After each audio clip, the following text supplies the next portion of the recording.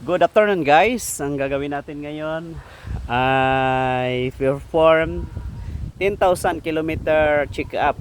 Kaya kasama yung brakes at ang i-check natin, inspect and clean ay itong brakes sa likod, rear brakes ng Mitsubishi Expander. At yung brakes sa likod ay brake drum. Kaya ngayon tanggalin natin at linisin natin at i-inspect din natin yung thickness ng brake shoe niya. Parking brake guys, kung nakikita ninyo ay hindi siya handbrake, hindi rin siya foot brake. Mayroon siyang parking brake switch. Ito siya. Kaya kapag i-switch natin upward ay iilaw yung kanyang parking brake indicator light. Tingnan natin. Switch natin up. Ayan, kita ninyo ay umilaw yung parking brakes niya. Ayan, kaya ngayon ay titingnan natin, ang ibig sabihin nito ay yung control niya ay hindi na siya cable. Salip yung control nito ay hydraulics at mayroon siyang parking brakes na actuator. At titingnan natin sa likod para mai-adjust natin back to normal operation. Kasi napapansin ko na kapag nagparking ako, lalo na kung ito ay naka-slopes or naka-pakyat, ay hindi masyadong kumakapit yung brake shoe doon sa brake drum sa likod. So ibig sabihin ay kailangan siyang i-adjust. Ngayon titingnan natin kung paano natin ito masolusyonan. Tanggalin natin yung brake drums sa likod. Tanggalin natin ngayon ang rear tire. Gagamit tayo ng itong torque wrench. Maganda kung may torque wrench tayo dahil kapag hinihigpitan na natin ang mga gulong ay hindi mag-over torque. May iwasan din na mabali yung mga stud bolt. Tanggalin natin counterclockwise ang pagluwag nito. Okay. Good.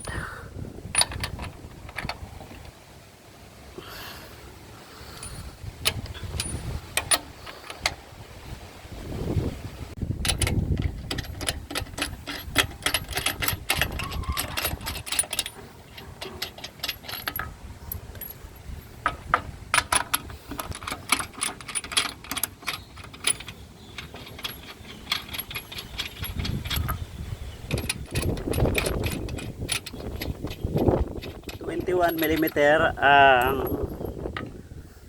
tip socket na gagamitin natin. Yung stud bolt natin ay 21mm. Mitsubishi Expander GLS. Okay.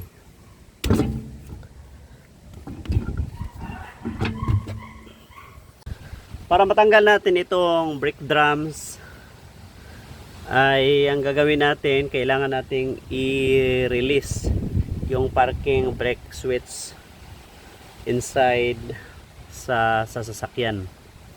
Tingnan niyo, hindi siya maiikot kaya hindi natin mapupulot itong kanyang drum. Kaya ngayon ang gagawin natin ay hindi ito magre-release kapag hindi natin i-start ang sasakyan. Tingnan natin. Okay, ito yung switch niya. Ngayon, ang gagawin natin, i-start natin. Kung nakita ninyo yung indicator to, letter P. Ngayon, para mag-release yung actuator doon sa rear brakes niya ay kailangan nating i-switch ito ng down position. Okay, nakita ninyo tumutunog, nag-release na siya. Okay, ngayon i-check natin kung umiikot na doon sa likod.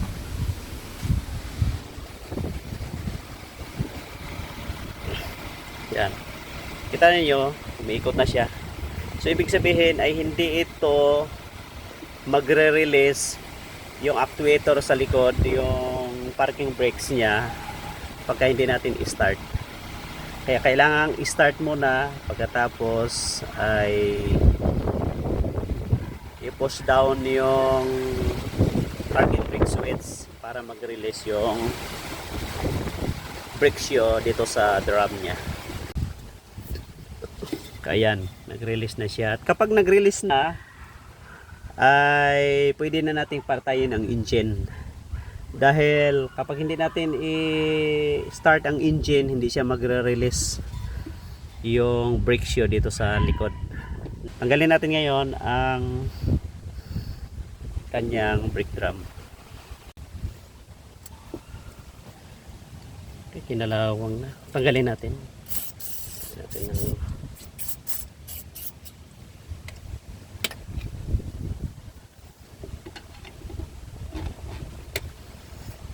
Sikutin natin ng flat screw. Huwag natin persahin. Yung iba kapag matigas, pinupukpok nila. Kaya lang nadadamage. Ngayon kung may puller tayo, mas maganda para hindi madamage itong drum. Yan, ito siya. Okay. Ayan. Ito yung surface ng brake drum niya. Ayan. Kaya maganda naman. Yung surface niya ay makinis. At ito yung kalagayan sa loob. Ito yung brake shoe niya. Ayan, dalawa. Ayan. Ito yung brake cylinder. May piston sa loob. Mga spring niya. Lock. At yung parking brakes niya, automatic ito. Ibig sabihin ay electrical operation. Yung karaniwan ay handbrakes, hand yung ginagamit, kamay, at yung foot brake. Ito ay ano na siya, motor actuator, ay electrical control siya. Baka may tatanong natin na paano ito gumagana. Okay, mayroon siyang motor po dito sa likod. Titingnan natin yung kanyang motor. Ito yan. Ito yung kanyang parking brakes motor. Yan, may motor siya. Okay, at mayroon siyang gear dito sa likod na kapag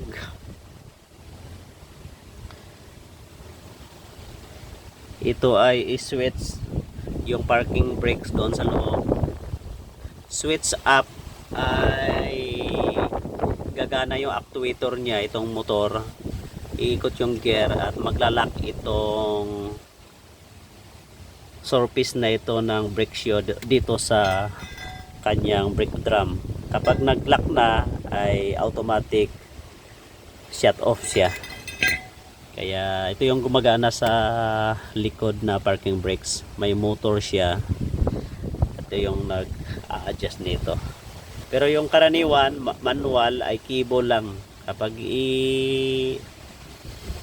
hihilain yung handbrake, yon, titensyon ang cable dito sa likod, aangat yung brake shoe, manual.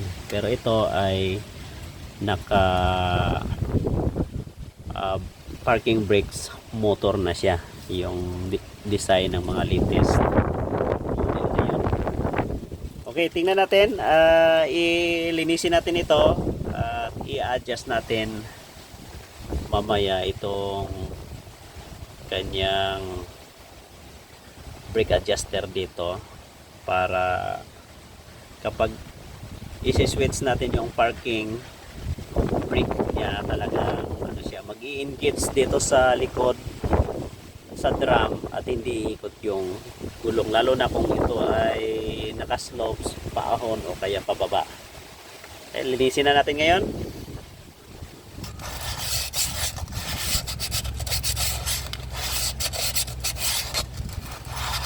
Para maganda yung kanyang kapit doon sa brake drum. Yung brake drum ay hindi na natin gagamitan ng sandpaper yan kasi maganda yung surface niya para hindi siya magasgasan. Ang gagamitan lang natin ay itong brake shoe.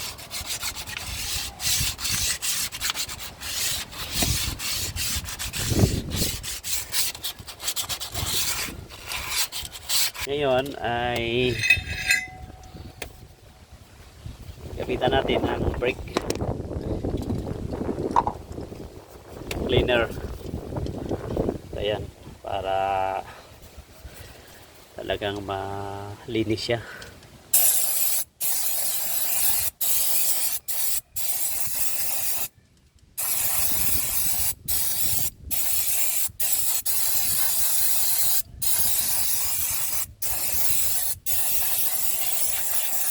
Good.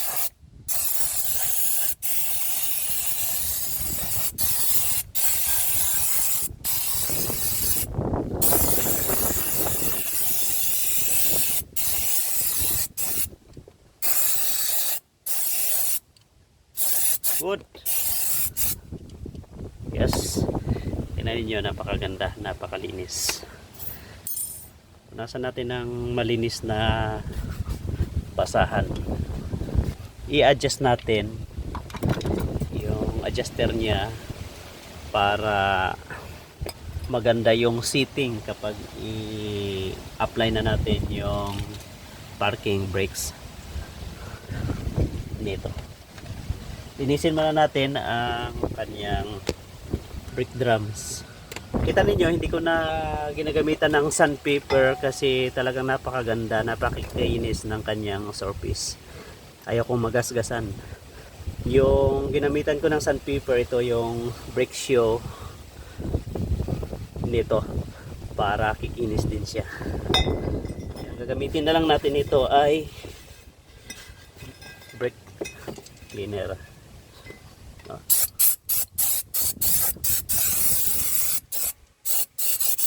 Good.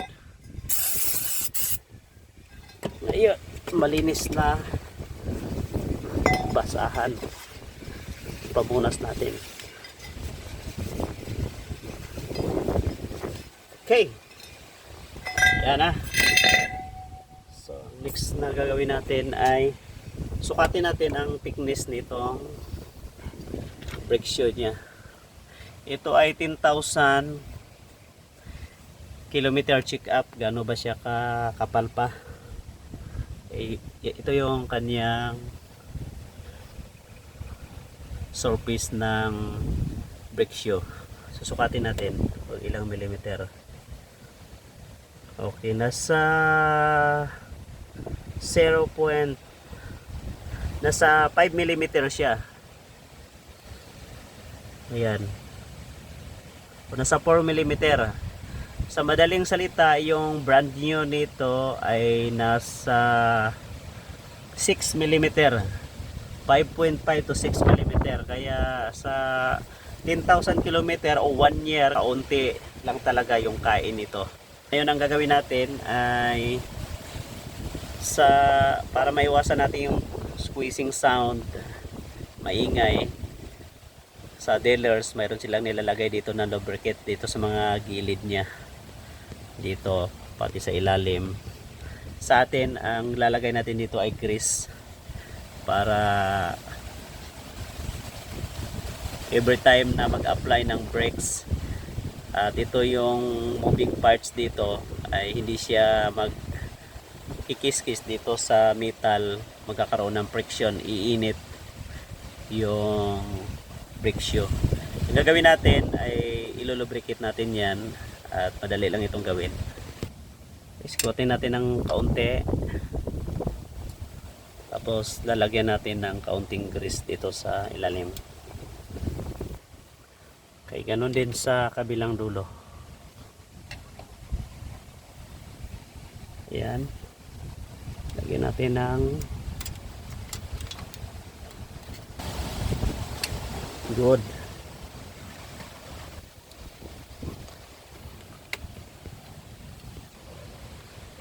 Ngayon yung itong mga spring na ito, lalagyan natin ng kaunting lubrication, kunti lang, para hindi siya kakapitan ng corrosion.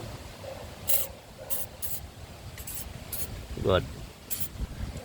Tapos ay yung excess na lubrication oil niya ay pupunasan natin para hindi siya kakalat.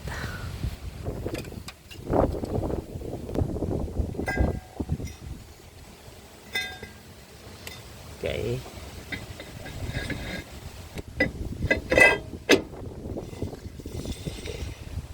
Kikita ninyo ay napakaluwag.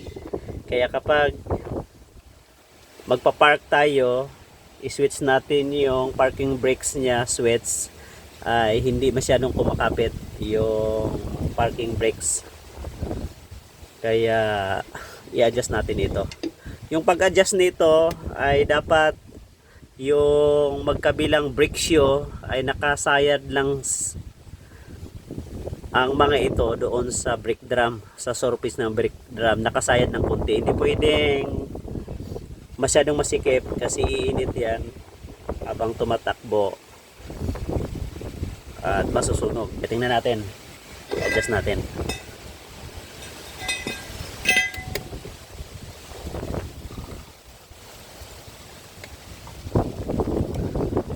Okay, ang gagawin ko ay magbibilang ako ng pag-adjust. Hindi natin ma-adjust yung from up to down kasi nakalock yan. Ang ibig sabihin ay from down to up. Ngayon magbibilang tayo. 1 2 4 5 6 7 8 9 10. Tingnan natin yung 10 click kung lumapat na siya doon sa kanyang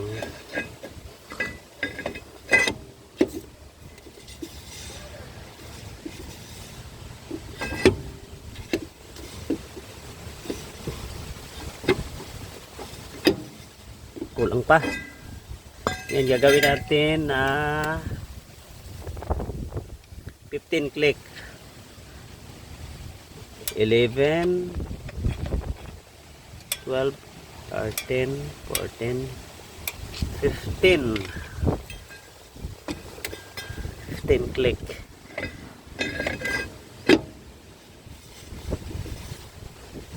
Ayun, kita natin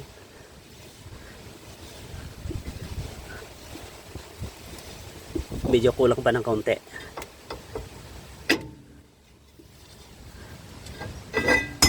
Dagdagan natin ng 2 click. Mas maganda kung magkulang siya, wag siyang susobra para hindi iinit yung brake shoe. 1 2. Okay, 17 click.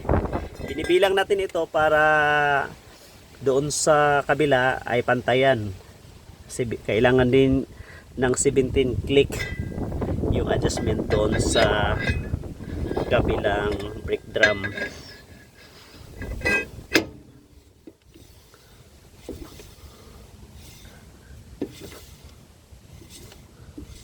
Okay, kulang pa po. Dagdagan natin ng 3 para 20, 18, 19, 20. 20 click.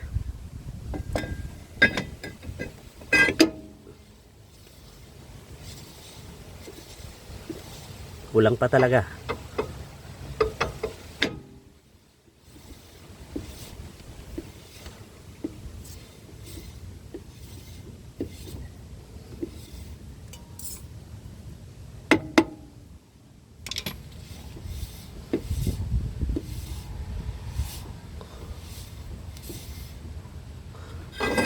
Dagdagan natin ng 5 click. So 25 click. 1, 2, 3, 4, 5. Ngayon kapag ito ay susobra, ang gagawin lang nito ay ipupush yung metal na nakalock dito sa gear at i-reverse lang yung adjust. So 25 click. Tingnan natin kung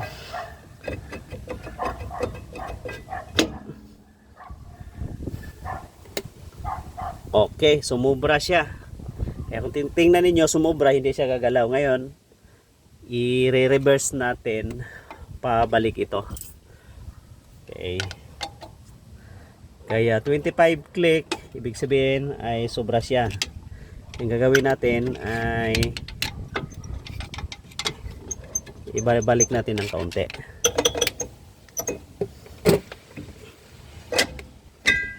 Okay. Tanggal na natin. Kaya kapag na over yung click niya ay aasahan natin mahirap talaga siyang tanggalin. Ngayon, gagawin natin ay i-reverse natin yung lock. Reverse natin ng 3 click. 1, 2,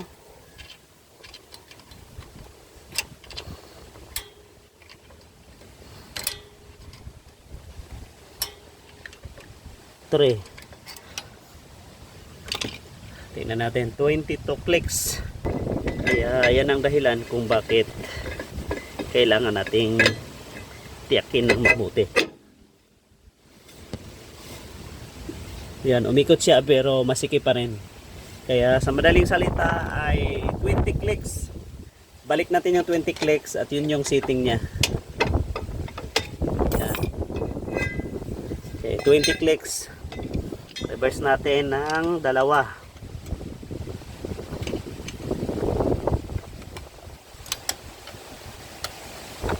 One, two.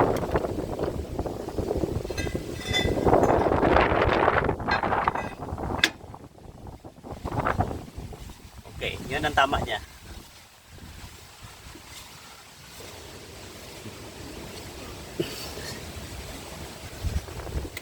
Yung ano niya, brake shoe at yung surface ng brake drum, kailangan maglapat lang sila ng kaunting-kaunti. Yan. Okay, ito yung tama. Yan.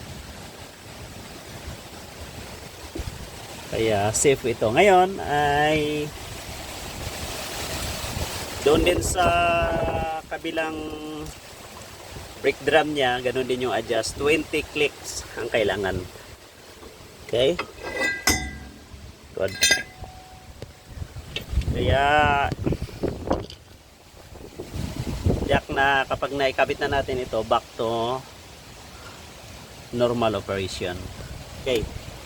Kaya ulitin natin, yung karaniwan, yung manual ay gumagamit ng handbrake cable. At ang iba naman ay foot brake, yung parking brakes nila. Pero itong mga latest ngayon na mga sasakyan ay gumagamit sila ng ito yung motor. Yung motor parking brakes motor. Yan. Ito yung motor niya. At itong motor na ito ay mayroong mechanism ito sa loob na gear at mayroon ding cable. Kaya silipin natin yung kanyang cable ng brakes niya. Okay. Ito yung cable niya. Mayroon siyang kable din.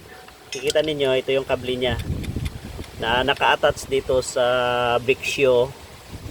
At kapag ito ay nagtensyon, yung brake shoe, umaangat siya na hanggang sa surface ng brake drum.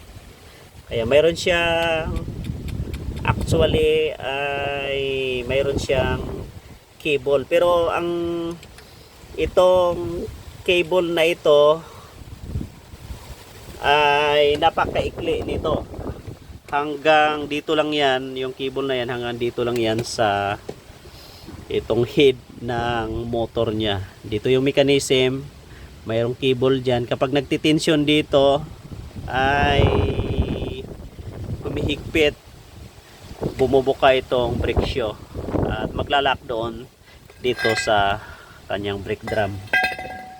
Tuwing naka-parking, pagkatapos i-switch yung parking brake niya doon sa loob ng sasakyan. Ganito yung function nitong parking brake system ng mga latest model na sasakyan ngayon. Itong principle nitong motor na ito, parking brake motors, yung principle po nito ay katulad din siya ng power window. Yung power window motor, mayroon siyang mechanism at mayroon siyang cable din na kapag naka-switch on, down and up, magtitensyon yung cable. Katulad siya ng mechanism ng power window na cable type. Yan ito. Kaya dito mayroon siyang cable galing dito sa brake shoe niya.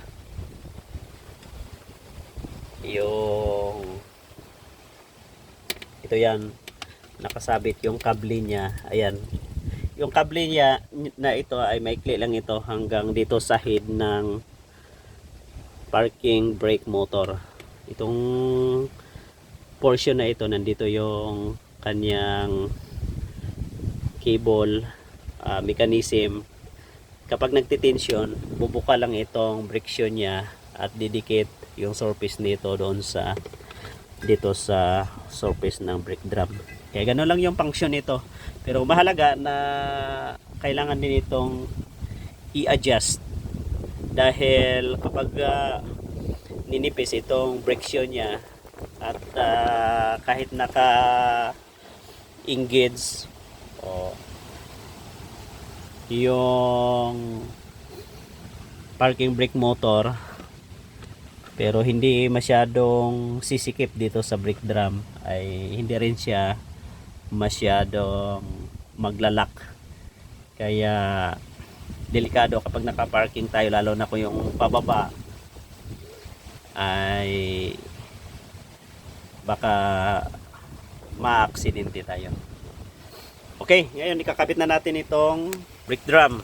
Kabit na natin yan para tapusin natin yung ating maintenance. Okay?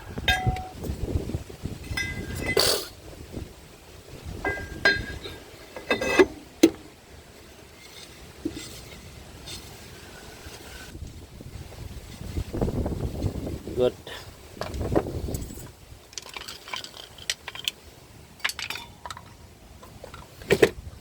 Kabit natin ngayon ang kanyang tire.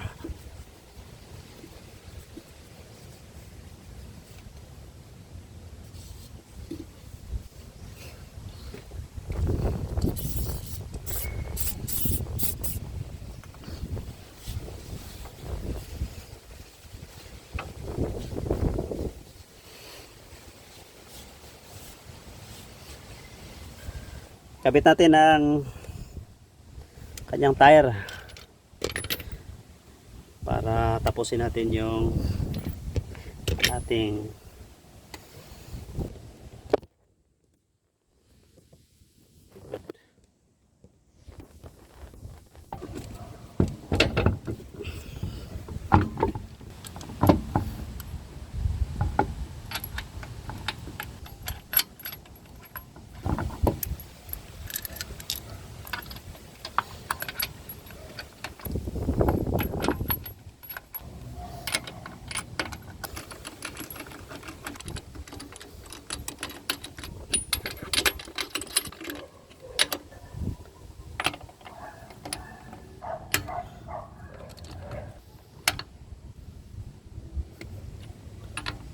okay.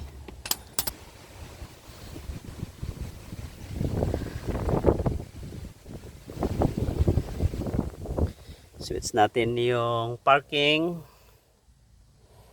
up position. Tingnan natin kung mag-engage yung kanyang parking brakes sa likod. Okay. Switch natin sa up. Okay, nakita ninyo ay gumagana yung kanyang brake parking motor. Okay, silipin natin ngayon. Yan, napakasikip. Hindi natin ikot. Okay, start natin.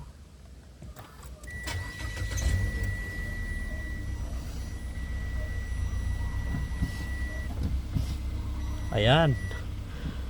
Kaya napakaganda ng kanyang brakes ngayon.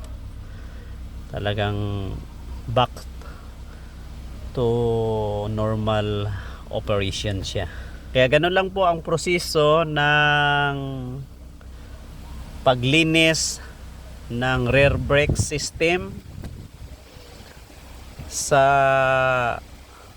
ating mga sasakyan. Kung latest yung model ay mayroon siyang parking brakes motor sa likod at kailangan din siyang i-adjust yung friction niya, yung adjuster doon sa likod na maglapat doon sa brake drum at sa brake shoe. Pero hindi masikip, kailangan na free wheel siya para hindi habang tumatakbo ay hindi ito iinit, kasi kung sobrang higpit tiyak na mayroong friction doon sa brake drums. At sa ating parking brakes sa switch, pag i-on natin ito, naka-engage siya at talagang naglalak siya, kaya kahit na ang posisyon nating sasakyan kapag naka-parking tayo ay pababa, kayang-kaya niya ito. Kaya ganun po yung paraan o proseso ng paglinis, pag-adjust, pag-inspect ng ating mga brake system sa likod.